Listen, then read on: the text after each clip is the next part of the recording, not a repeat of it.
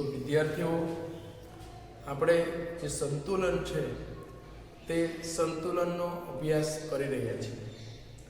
એમની અંદર આજે આપણે એસિડ, બેઝ અને ક્ષાર જે છે તેમના વિશેનો અભ્યાસ કરવાનો છે. એસિડ,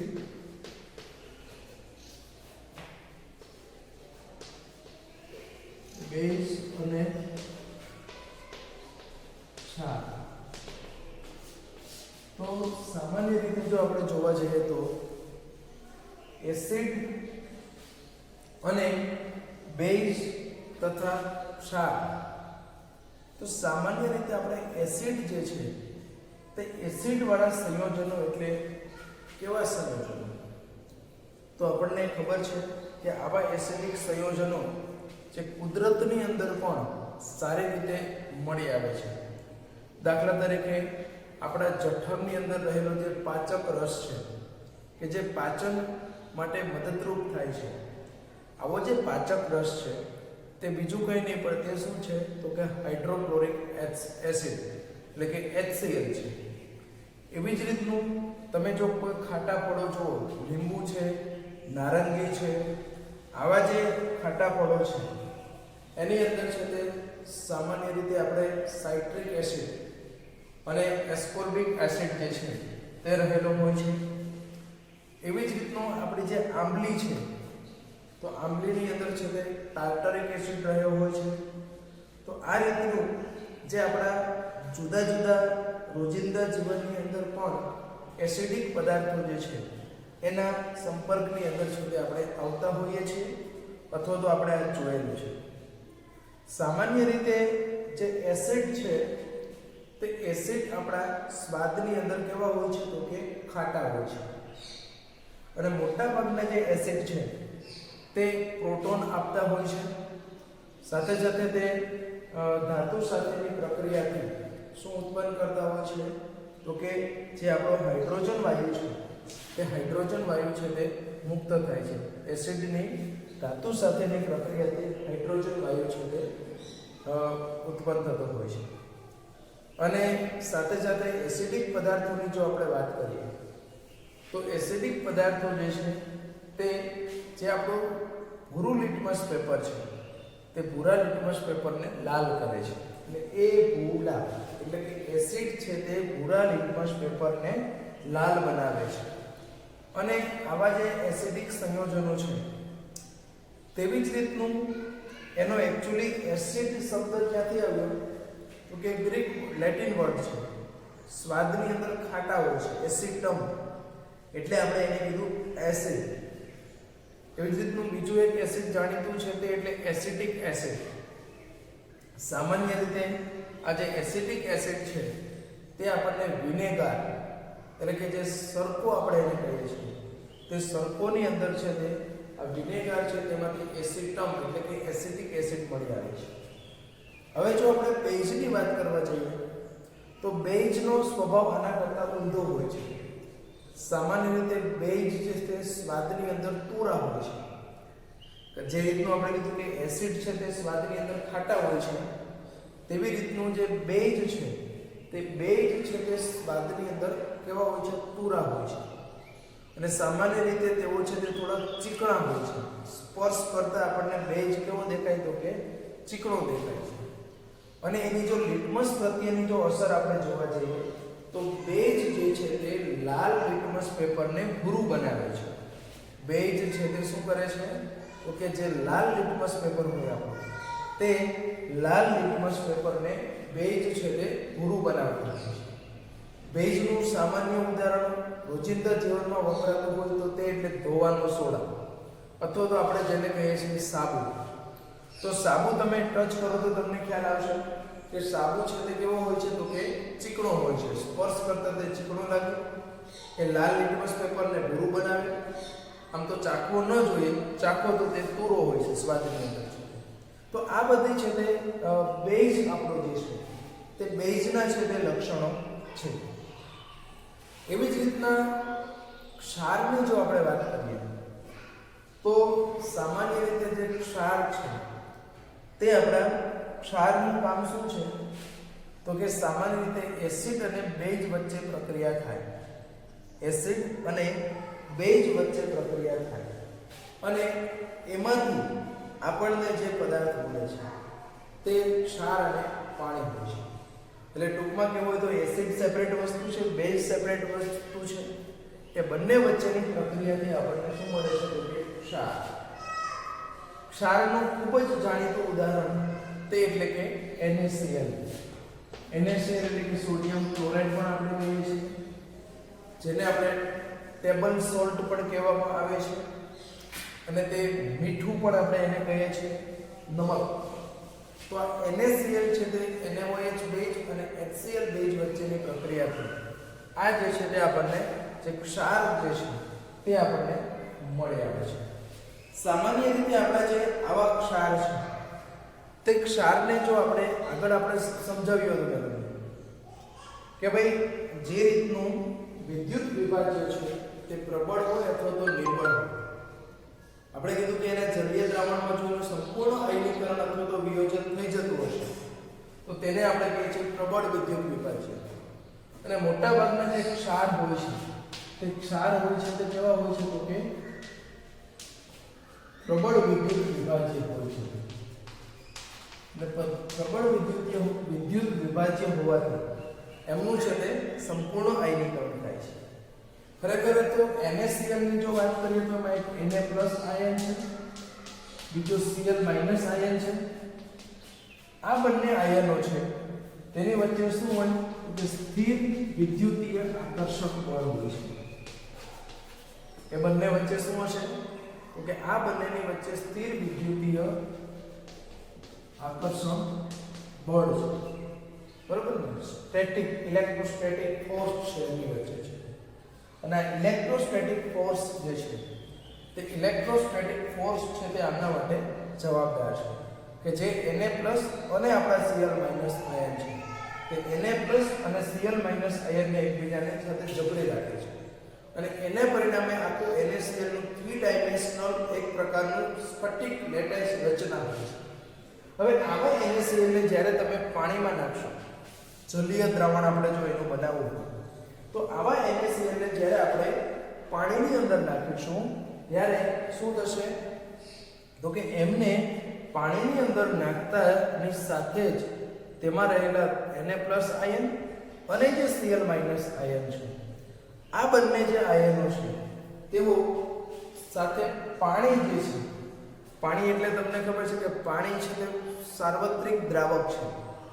એનું કારણ એટલું જ છે કે એનું ડાઇલેક્ટ્રિક અચળાંક જે છે તે ડાઇલેક્ટ્રિક અચળાંક કેટલો છે તો કે 80 જેટલો છે.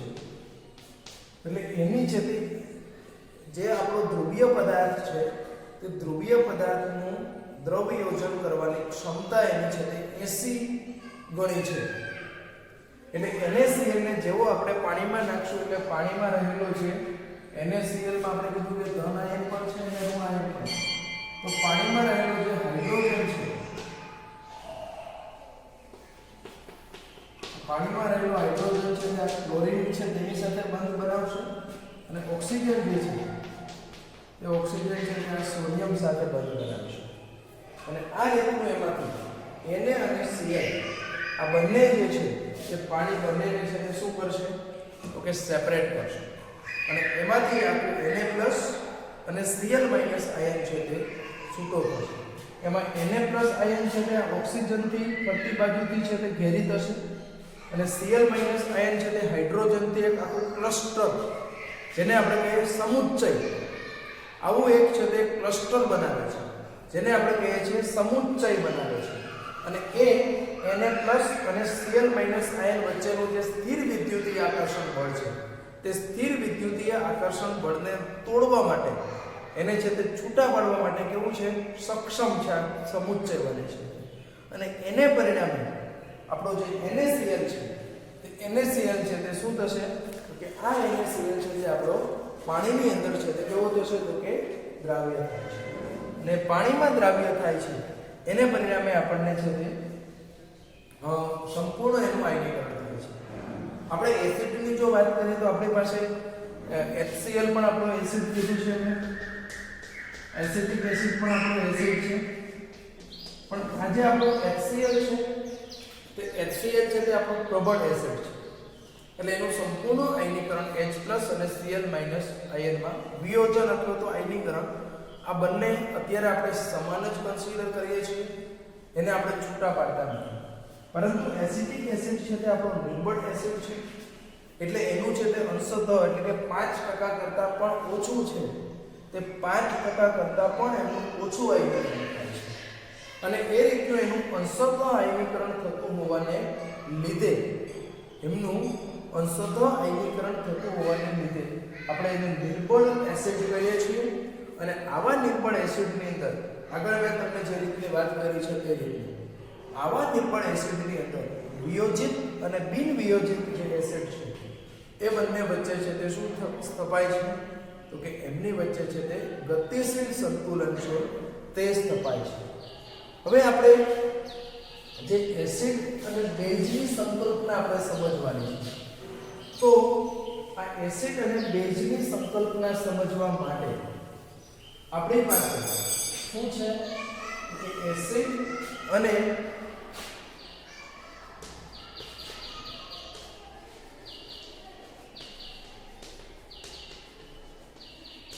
એસિડ બેઝની સંકલ્પના સમજાવવા માટે આપણી પાસે જુદા જુદા 3 વાદ છે. એ 3 વાદને આધારે આપણે આ સંકલ્પના સમજવી છે. એમાંનો જે પહેલોમાં પહેલો કોઈ હોય તો આહારન્યાસ જે છે તે આહારન્યાસની એસિડ બેઝ સંકલ્પના છે તે આપણે જોવાની છે.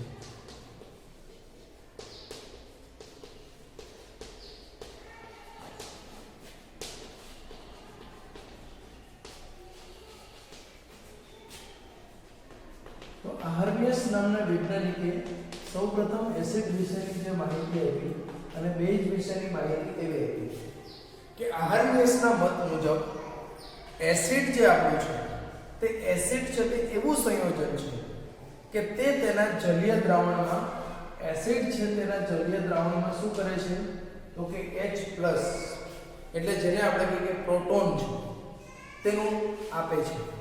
એટલે એસિડ છે તે એવું સંયોજન છે કે તે તેમના જલીય દ્રાવણમાં છે તે પ્રોટોન મુક્ત કરે છે. ધારો કે હું HX લઈ લઉં તો HX જે છે આપણે તેનું જલીય દ્રાવણ આપણે લઈએ એટલે શું થયું તે એક્વિયસ. તો એ જલીય દ્રાવણમાં શું આપે છે તો કે H+ આયન આપે છે અને બીજો છે તે X- આયન છે તે આપે છે.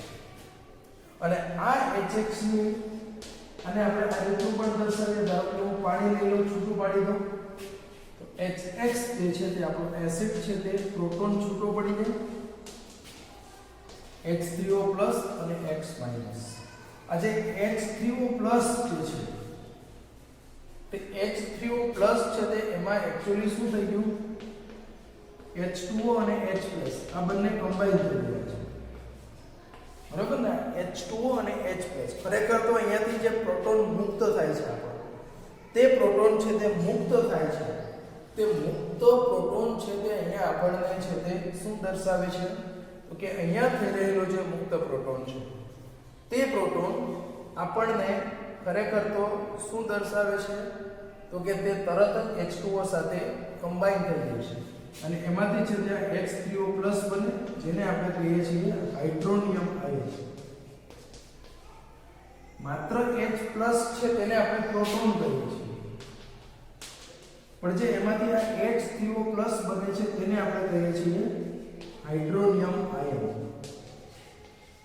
તો ટૂંકમાં મારે કહેવું હોય તો એટલું જ કહું કે આહારન્યાસના સંકલ્પના મુજબ એસિડ છે તે એસિડ તેના જલીય દ્રાવણમાં પ્રોટોન છે તે આપે છે, બરાબર છે. એટલે કે તે હાઇડ્રોનિયમ આયન જે છે તે હાઇડ્રોનિયમ આયન છે તે મુક્ત કરે છે. અને આહારન્યાસના મત મુજબ જે બેઝ છે તે બેઝ તેના જલીય દ્રાવણમાં હાઇડ્રોક્સિલ આયન જે છે OH- જેને હાઇડ્રોક્સાઇડ અથવા તો આપણે એને શું કહીએ છીએ ઘણી વખત છે તે હાઇડ્રોક્સિલ આયન મુક્ત કરે છે. એટલે એની જો વાત કરીએ તો MOH છે તેના જલીય દ્રાવણમાં શું આપે કે M+ OH- બરાબર બરાબર છે, એમાંથી છે તે આપણો OH માઈનસ આયન જે છે તે OH માઈનસ આયન છે તે મુક્ત થાય છે. તો ટૂંકમાં મારે જો કહેવું હોય તો આહારન્યાસનું એસિડ બેઝ સંકલ્પના આટલી જ છે કે એસિડ છે તેના જલીય દ્રાવણમાં H+ પ્રોટોન આપે છે અને બેઝ જે છે તે બેઝ તેના જલીય દ્રાવણમાં hydroxyl ion OH minus ion જે છે તે મુક્ત કરે છે અથવા તો તે OH માઈનસ આયન છે તે આપે છે. આવું આપણે આહારન્યાસ એસિડ બેઝની સંકલ્પના ઉપરથી સમજી શકીએ. પણ આ સંકલ્પના છે તે સંપૂર્ણ રીતે સાચી એટલા માટે નથી કે તે બધા જ એસિડ બેઝનો કોન્સેપ્ટ સમજાવી શકતી નથી. દાખલા તરીકે એમોનિયા છે તે NH3, તો એમોનિયા છે તે પ્રોટોન આપી શકતો નથી, સોરી એમોનિયા પાસે OH માઈનસ છે જ નહીં, છતાં પણ તે કેના તરીકે વર્તે છે તો કે બેઝ તરીકે વર્તે છે. એટલે હવે આનાથી આપણે એક સ્ટેપ આગળ જઈએ અને જે બીજો કોન્સેપ્ટ છે એસિડ બેઝનો એને સમજવા માટેનો પ્રયત્ન કરીએ.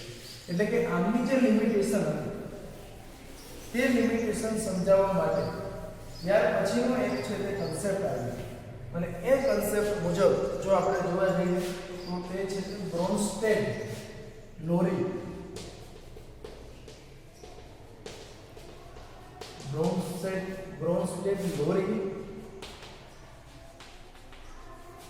એસિડ બેઝ સંકલ્પના જે છે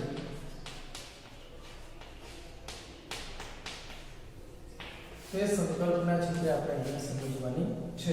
કઈ આપણે જોયું તો કે બ્રોન્સ્ટેડ લોરી. હવે જે આહારન્યાસની એસિડ બેઝ સંકલ્પના હતી એની અંદર આજે બ્રોન્સ્ટેડ અને લોરી નામના વૈજ્ઞાનિકો જે છે એવો એની અંદર થોડોક સુધારો આપ્યો અને એમના મત મુજબ એણે એવું કીધું કે ભાઈ એસિડ જે છે તે એસિડ છે તે એવું છે કે તે એના જલીય દ્રાવણમાં શું આપે છે તો કે પ્રોટોન H+ છે તે આપે છે. જ્યારે બેઝ જે છે તે બેઝ છે તે એના જલીય દ્રાવણમાંથી પ્રોટોનને સ્વીકારે છે, એક્સેપ્ટ કરે છે. એટલે લોરી બ્રોન્સ્ટેડે થોડોક આ સુધારો એટલો કર્યો કે આહારન્યાસે માત્ર એસિડની જ પ્રોટોનની વાત કરી હતી, પણ હવે આ હાઇડ્રોક્સી આયનને બદલે એમણે છે તે બેઝ માટે થોડું જુદું સ્ટેટમેન્ટ આપ્યું અને બ્રોન્સ્ટેડ લોરીના મત મુજબ એમણે એવું કીધું કે એસિડ જે છે તે એસિડ તેના જલીય દ્રાવણમાંથી પ્રોટોન છે તે મુક્ત કરે છે, એટલે કે પ્રોટોન દાતા છે, અને બેઝ જે છે તે બેઝ જલીય દ્રાવણમાંથી પ્રોટોનને મેળવે છે, એટલે કે પ્રોટોન ગ્રાહી છે. એટલે એણે એસિડ બેઝ સંકલ્પના જે છે તે એસિડ બેઝ સંકલ્પના કેના બેઝ પર સમજાવી તો કે પ્રોટોન આદાન પ્રદાન, બરાબર છે, પ્રોટોનના આદાન પ્રદાન બેઝ ઉપર જે છે તે પ્રોટોનના આદાન પ્રદાન બેઝ ઉપર જે બ્રોન્સ્ટેડ લોરી જે છે તે બ્રોન્સ્ટેડ લોરીએ સંકલ્પના જે છે તે એસિડ બેઝને સમજાવી છે. એસિડ છે તે પ્રોટોન આપે, બેઝ છે તે પ્રોટોન સ્વીકારે છે. ધારો કે હું એમોનિયા લઉં NH3, તો આગળ તમે સમજ જાવ કે ભાઈ જે આપણો આહારન્યાસનો એસિડ બેઝ સંકલ્પના હતી તે આપણે એમોનિયાની સ્વભાવ જે કેવો છે તે સમજાવી શકતી ન હતી, પણ આ એમોનિયાની જ્યારે આપણે પાણી જોઈએ આપણે તો પાણી સાથેની પ્રક્રિયાથી એ એમોનિયા છે તે પ્રોટોનને સ્વીકારે છે, એટલે એમાંથી NH4+ બને છે. એમોનિયમ આયન આપણો જે છે તે એમોનિયમ આયન બને છે અને પાણી છે તે પ્રોટોન અહીંયા આપે છે અને એમાંથી આપણો છે તે હાઇડ્રોક્સિલ આયન બને છે. તો આવા સંજોગોમાં એમોનિયાએ પ્રોટોન અહીંયા શું કર્યું તો કે સ્વીકાર્યું, તો કે આપણે પ્રોટોન ગ્રાહી છે અને પ્રોટોન ગ્રાહી છે એટલે આપણે એને કહીશું બેઝ. અહીંયા પાણીનો અણુ જે છે તે પાણીએ છે તે પ્રોટોન મુક્ત કર્યો અથવા તો આપ્યો છે, એટલે કે આ પ્રોટોન દાતા છે. ના પ્રોટોન દાતા છે એટલે આપણે એને કહીશું એસિડ. તો આ પ્રકારનો જે કન્સેપ્ટ છે તે બ્રોન્સ્ટેડ લોરી જે છે તેને આપણે કહીએ છીએ. પણ એની સાથે સાથે અહીંયા આપણે સંયુગ્મી એસિડ બેઝની જે જોડ છે અથવા તો સંયુગ્મી એસિડ બેઝની જે સંકલ્પના છે તે આની સાથે સાથે આપણે સમજવાની છે. સામાન્ય રીતે આપણો જે બેઝ છે તે બેઝ પ્રોટોન સ્વીકારીને જે આપણને આજે બન્યો NH4+ બેઝ છે તે પ્રોટોન સ્વીકારે અને એ જે બન્યું તેને કહેવાય એનો સંયુગ્મી એસિડ. કેમ કે આના કરતા જો ઉલટી પ્રક્રિયા આપણે અહીંયા મેં પ્રક્રિયા છે તે પ્રતિવર્તી દર્શાવી છે. તો આ પ્રતિવર્તી પ્રક્રિયામાં આના કરતા રિવર્સ છે તો આ પ્રોટોન આપે છે અને આ પ્રોટોન સ્વીકારશે. એટલે આ બેઝ છે તે બેઝ પ્રોટોન સ્વીકારીને એનો શું બનાવે તો કે સંયુગ્મી એસિડ બનાવે છે. એવી જ રીતનો જે એસિડ છે તે એસિડ પ્રોટોન આપે છે અને પ્રોટોન આપીને આ જે બનશે તે H2O નો શું બનશે તો કે એ એમનો છે તે સંયુગ્મી બેઝ બનશે. બરાબર ને? એ આપણો શું બનશે તો કે તે છે તે આપણો સંયુગ્મી બેઝ જે છે તે બનશે. તો આ રીતનું આપણે જો જોવા જઈએ તો આ બંને એકબીજાના છે તે શું બન્યા તો કે એસિડ છે તેનો પ્રોટોન આપીને એનો સંયુગ્મી બેઝ બનાવે અને બેઝ છે તે પ્રોટોન સ્વીકારીને એનો સંયુગ્મી એસિડ જે છે તે બનાવે છે. એટલે કે આ રીતનું આપણે એનો સંયુગ્મી એસિડ બેઝનો જે કન્સેપ્ટ છે તે એનો સમજી શકીએ છીએ. અહીંયા બીજી અગત્યની વસ્તુ સાથે સાથે એ પણ છે કે જેટલો આપણો આ એસિડ ધારો કે આ બેઝ છે જેટલો બેઝ વધારે પ્રબળ હશે એટલો એનો સંયુગ્મી એસિડ છે તે નિર્બળ હશે. ખાસ આ વસ્તુ આપણે યાદ રાખીએ છીએ.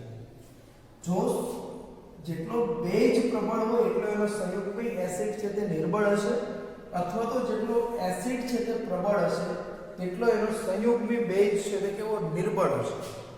અથવા તો હું ઉલટી વાત કરું તો આવું પણ થાય કે એસિડ જેટલો નિર્બળ હશે એટલો એમનો જે સંયુગ્મી બેઝ છે તે કેવો હશે તો કે પ્રબળ હશે.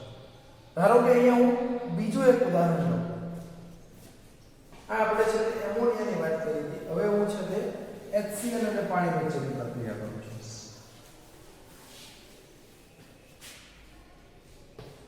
HCl + H2.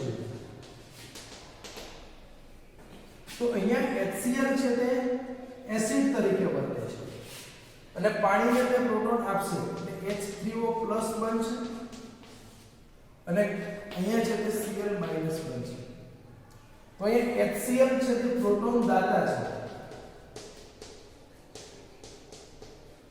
છે એટલા માટે તે કેવો બનશે તો કે એસિડ છે. જ્યારે H2O છે એને પ્રોટોન મેળવ્યો છે એટલે કે તે આપણો કેવો કે પ્રોટોન ગ્રાહી છે અને પ્રોટોન ગ્રાહી છે એટલે આપણે કહીશું બેઝ છે. હવે હમણાં જ આપણે આ કન્સેપ્ટ સમજ્યા કે ભાઈ સામાન્ય રીતે એસિડ જે છે તે એસિડ છે તે પ્રોટોન આપી અને જે એનો આજે બને છે એને કહેવાય એનો સંયુગ્મી બેઝ.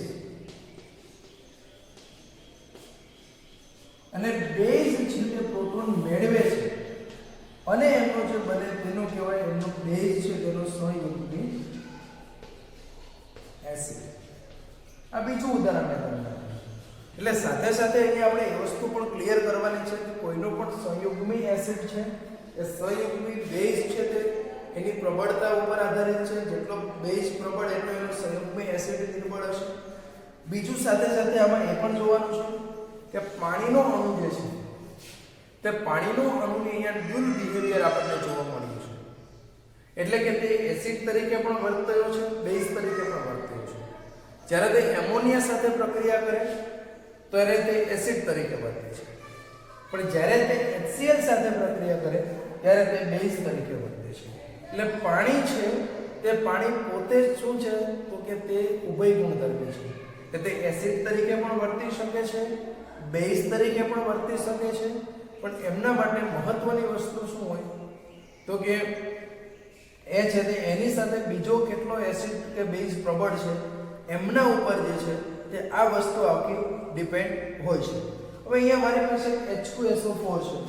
આનો આપણે આ થોડો સંયુગ્મી એસિડ બેઝનો કન્સેપ્ટ છે તે ખૂબ જ અગત્યનો છે આપણા માટે અને એ અગત્યનો છે એટલા માટે એમાં થોડો હું ડિટેલની અંદર છે તે જઈ રહ્યો છું. ઘણી વખત છે તે આ પ્રકારના પ્રશ્નો છે તે હોય છે.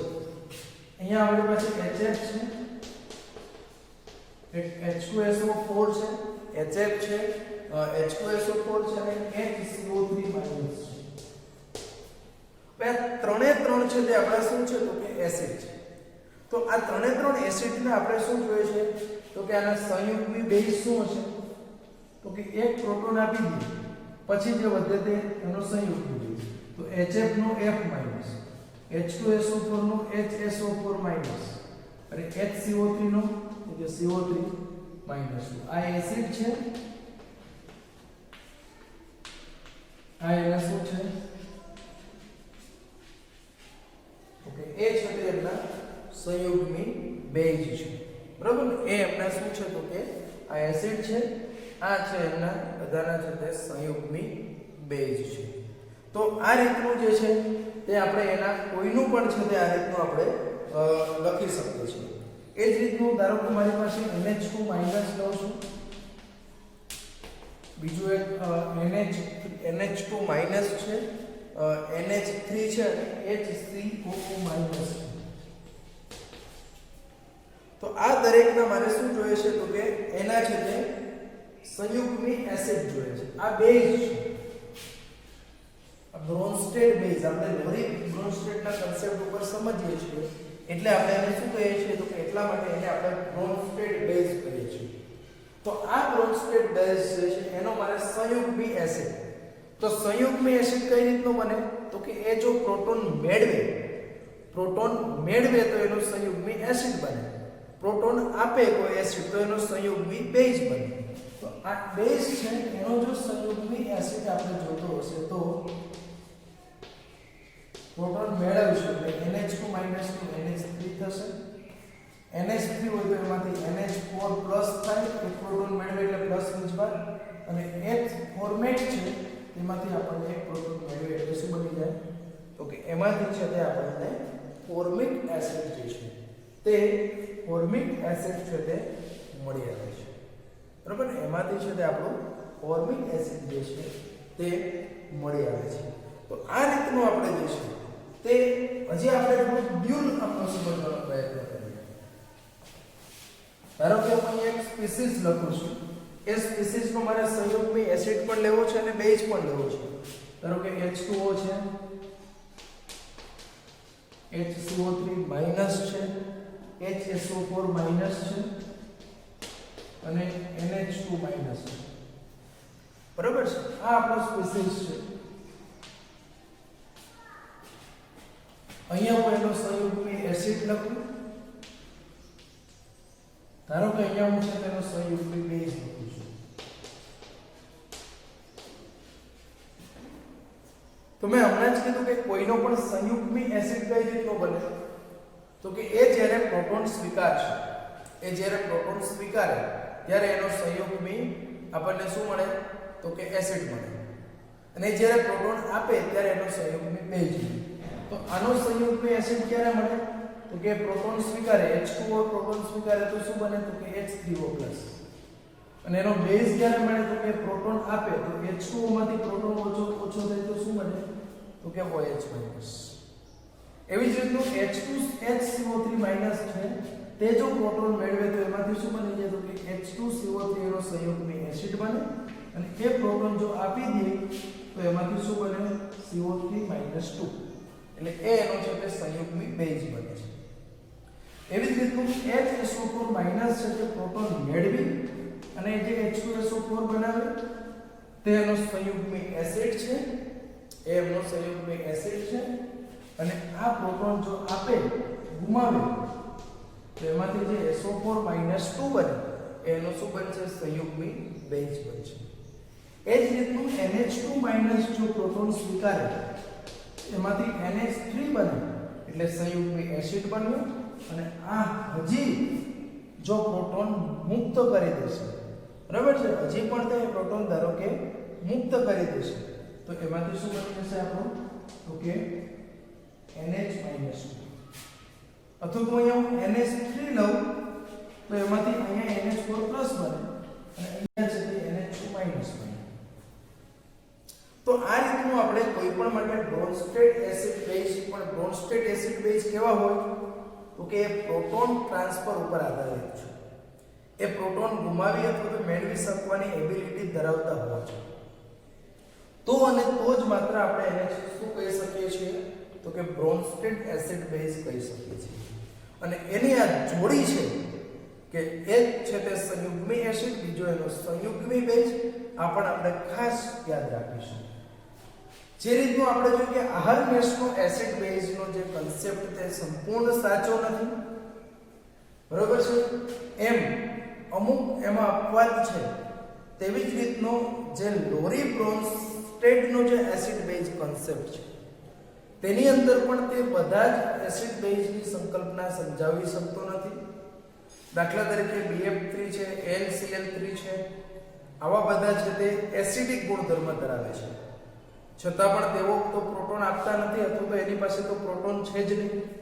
એટલા માટે અહીંયા છે કે હવે આપણે છે એસિડ બેઝનો જે છે તે એસિડ બેઝનો જે થર્ડ કન્સેપ્ટ છે તે થર્ડ કન્સેપ્ટ આપણે સમજવાનો પ્રયત્ન કરવાનો છે. નથી એટલે આપણું કયું તો કે લુઈસ એસિડ બેઝ સંકલ્પના.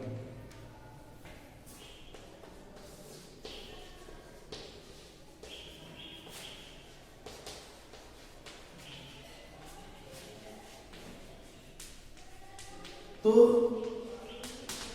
જેમ બ્રોન્સ્ટેડ લોરીએ પ્રોટોન આદાન પ્રદાન ઉપર એસિડ બેઝની સંકલ્પના સમજાવી છે, તેવી રીતે જે લુઈસ નામનો વૈજ્ઞાનિક છે તે લુઈસ નામના વૈજ્ઞાનિકે છે તે ઇલેક્ટ્રોન યુગ્મના આદાન પ્રદાન ઇલેક્ટ્રોન યુગ્મના આદાન પ્રદાન પર આધારિત ઇલેક્ટ્રોન યુગ્મના આદાન પ્રદાન પર આધારિત જે છે તે એસિડ બેઝની સંકલ્પના સમજાવી છે. જે લુઈસના મત મુજબ એસિડ એ એવું સંયોજન છે કે જે ઇલેક્ટ્રોન યુગ્મ સ્વીકારે છે, યુગ્મનો બેઝ પાસેથી શું કરે તો કે સ્વીકારે છે. જ્યારે બેઝ છે તે એવું સંયોજન છે, બેઝ છે તે એવું સંયોજન છે કે જે ઇલેક્ટ્રોન યુગ્મનું આપે છે અથવા તો દાન કરે છે. એટલે કે જેમ પહેલામાં આપણે પ્રોટોનના આદાન પ્રદાન ઉપર થયું તેમ અહીંયા છે તે આપણે ઇલેક્ટ્રોન યુગ્મનો, એટલે જેની પાસે વધારે ઇલેક્ટ્રોનની ઘનતા છે તેવા જે સ્પીસીસ છે. હમણાં જ આપણે જોઈએ એમોનિયા છે આપણે, તો એમોનિયામાં નાઇટ્રોજન ઉપર અબંધકારક ઇલેક્ટ્રોન યુગ્મ છે, એટલે ઇલેક્ટ્રોનની ઘનતા વધારે છે, એટલે તે ઇલેક્ટ્રોન યુગ્મનું દાન કરવાની અથવા તો આપવાની વૃત્તિ ધરાવે છે, એટલે તે બેઝ તરીકે વર્તે છે. અને જે ઇલેક્ટ્રોન ડેફિશિયન્ટ છે, એટલે જેની પાસે ઇલેક્ટ્રોનની ઉણપ છે, આવા જે સ્પીસીસ અથવા તો ઘટકો છે તે ઇલેક્ટ્રોન સ્વીકારવાની વૃત્તિ ધરાવે છે. દાખલા તરીકે BF3 છે, તેની પાસે ઇલેક્ટ્રોન નથી, એટલે તે આની પાસેથી ઇલેક્ટ્રોન યુગ્મનો સ્વીકાર કરશે. એટલે એમાંથી આપણને આ પ્રકારનું જે સંકીર્ણ બને BF3NH3. તો અહીંયા NH3 ઇલેક્ટ્રોન યુગ્મનું દાન કરે એટલે તે બેઝ થયું, BF3 ઇલેક્ટ્રોન યુગ્મનો સ્વીકાર કરે એટલા માટે તે શું થયું આપણો એસિડ થયું. કદાચ તમને ખ્યાલ હશે કે બોરોન માટે Z = 5 છે, એની ઇલેક્ટ્રોન રચનાની આપણે વાત કરીએ તો હિલિયમ છે, પછી 2s2 2p1 છે. ઉત્તેજિત અવસ્થામાં આવું થશે. હવે એનું સંકરણ થશે BF3 માં, તો દરેક પાસે એક એક છે અને F આ રીતનો જોડાયેલો છે. પણ તમે એ જોઈ શકો હજી એની એક કક્ષક છે તે ખાલી છે. આ જે ખાલી કક્ષક છે ત્યાં આપણો એમોનિયા પાસે જે એક્સ્ટ્રા ઇલેક્ટ્રોન છે તે અહીંયા છે તે ઇલેક્ટ્રોન યુગ્મનું તે દાન કરે છે. અહીંયા છે તે ઇલેક્ટ્રોન યુગ્મનું દાન કરે છે. અને અહીંયા વિશિષ્ટ પ્રકારનો જે બંધ રચાય છે જેને આપણે કહીએ છીએ સવર્ગ સહસંયોજક બંધ, જેને આપણે કહીએ છીએ સવર્ગ સહસંયોજક બંધ કરીને. ખાસ કરીને જે આપણા 13મા સમૂહના તત્વોના જે સંયોજનો છે BF3 છે, LCl3 છે, આ ઉપરાંત ઘણા બધા કોબાલ્ટ +3 છે, આવા બધા જે આયનો છે, તેઓ પણ છે તે આ રીતના Mg+2 છે, આ બધા ઇલેક્ટ્રોનની ઉણપવાળા છે અને જે કાંઈ ઇલેક્ટ્રોનની ઉણપવાળા છે એ બધાને આપણે કહીએ છીએ લુઈસ એસિડ.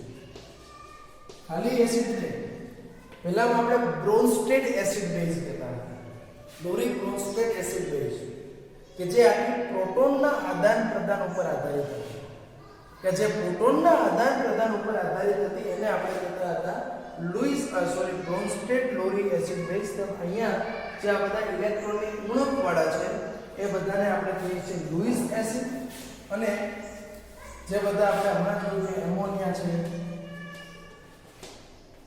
OH- આયન છે, પાણીમાં પણ ઓક્સિજન પાસે આ રીતના અવલંબન ઇલેક્ટ્રોન યુગ્મો છે, OH- અને આપણે જોયું NH2-, પછી Cl- હતા.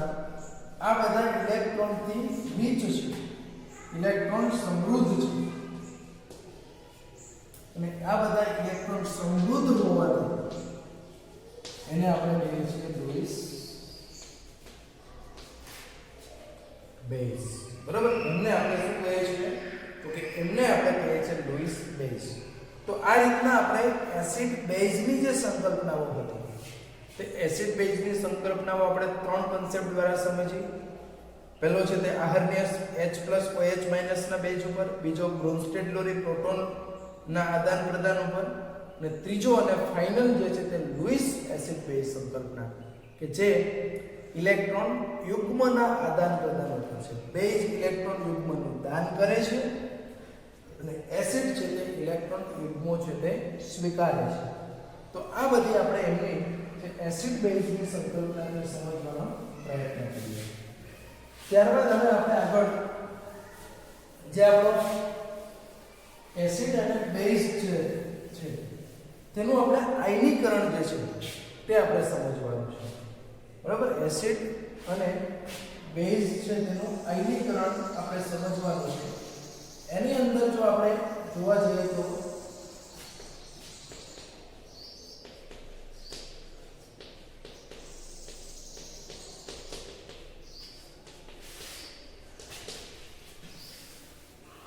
એસિડ બેઝ આયનીકરણની જો પર્ટિક્યુલરલી આપણે વાત કરવા જઈએ તો એસિડ જે છે તે આપણું હમણાં જ આપણે કીધું જે બ્રોન્સ્ટેડ લોરીનો આપણે કન્સેપ્ટ ભણ્યા છીએ તે કન્સેપ્ટ મુજબ આપણે ચર્ચા કરી કે ભાઈ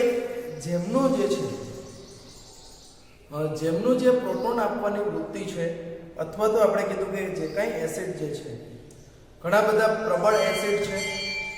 દાખલા તરીકે આપણે જોઈએ તો ક્લોરોફ્લોરિક acid HClO4, HCl, HBr, HI, HNO3, H2SO4, આ બધા કેવા છે? તો કે પ્રબળ એસિડ છે. પ્રબળ એસિડ એટલે આપણે સમજાવ્યું કે આવા પ્રબળ એસિડ એટલે કે જેનું સંપૂર્ણ આયનીકરણ થાય છે. લગભગ આપણે કહી શકીએ કે 100% એનું આયનીકરણ થઈ શકે છે. તો આ perchloric acid, hydrofluoric acid, hydrobromic acid, hydroiodic acid, nitric acid, sulphuric acid, આ બધા પ્રબળ એસિડ છે. તો આવા પ્રબળ એસિડના જે આપણને સંયુગ્મી બેઝ બનશે, ધારો કે આનો ClO4- છે, આનો Cl- છે, આનો Br- છે, આનો I- થશે, આનો NO3- થશે, આનો HSO4- થશે. આ બધા એટલે શું છે? એ બધા એના સંયુગ્મી બેઝ છે. અને એસિડ પ્રબળ છે એટલે એનો સંયુગ્મી બેઝ છે તે કેવો હશે? તો કે નિર્બળ છે. અહીંયા આપણો એસિડ છે તે પ્રબળ છે, એટલા માટે એનું સંયુગ્મી જે બેઝ છે તે કેવા હશે? તો કે નિર્બળ હશે. એવી જ રીતના આપણા જે અમુક બેઝ છે, આ એસિડની વાત કરી, પ્રબળ એસિડ, એવી જ રીતના અમુક જે પ્રબળ બેઝ છે એનો શું બનશે? તો કે સંયુગ્મી એસિડ છે તે કેવો હશે? તો કે નિર્બળ છે. કયા કયા પ્રબળ બેઝની હું વાત કરું છું? તો કે NaOH, KOH, સિજિયમ હાઇડ્રોક્સાઇડ, એવી જ રીતનો BaOH ટ્વાઇસ, આ બધા જ છે તે પ્રબળ બેઝ છે. તો બ્રોન્સ્ટેડ બેઝ મુજબ એનો જે સંયુગ્મી એસિડ આપણને મળશે એટલે કે એને જે OH- આપ્યા પછી Na+, K+, CS+, Ba+2 આ બધા એના જે સંયુગ્મી એસિડ હશે તે કેવા હશે તો કે નિર્બળ હશે. બરાબર, એ કેવા હશે તો કે નિર્બળ હશે. આપણે જે એસિડ બેઝની કલ્પના આપણે જોઈ ને આપણે HA+H2O gives H3O plus A minus H2S. તો આ એનો આ એસિડ છે તો પાણી અહીંયા બેઝ બનશે. એસિડ પ્રોટોન આપ્યો છે એટલે આ એનો સંયુગ્મી બેઝ બન્યો. આને પ્રોટોન સ્વીકાર્યો એટલે એનો સંયુગ્મી એસિડ બન્યો. આ કલ્પના છે. એવી જ રીતનું જો આપણે નિર્બળ એસિડ, ઘણા બધા એસિડ છે તે આપણા નિર્બળ છે. નિર્બળનો અર્થ આપણે આગળ કીધું છે કે જેનું સંપૂર્ણ આયનીકરણ થતું નથી. એવા એસિડની જો વાત કરીએ તો એનો સંયુગ્મી બેઝ છે તે સંયુગ્મી બેઝ પાછો કેવો હશે તો કે પ્રબળ હશે. કેમ તો કે જે એસિડ છે તે આપણા કેવા છે તો કે નિર્બળ છે એસિડ. દાખલા તરીકે ખૂબ જ જાણીતું આપણું acetic acid, nitrous acid HNO3 પ્રબળ છે પણ HNO2 જે છે HNO3 ને આપણે નાઇટ્રિક એસિડ કહીએ છીએ જ્યારે HNO2 છે તેને આપણે નાઇટ્રસ એસિડ કહીએ છીએ. એ જ રીતનું HF એટલે કે આપણો જેને કહીએ હાઇડ્રોફ્લોરિક એસિડ છે. તો આ બધા જે છે તે આપણા કેવા છે તો કે નિર્બળ છે. એસિટિક એસિડનો સંયુગ્મી બેઝ એસિટેટ આયન બનશે. આમનો છે તે NO2- બનશે. આમનો F- બનશે.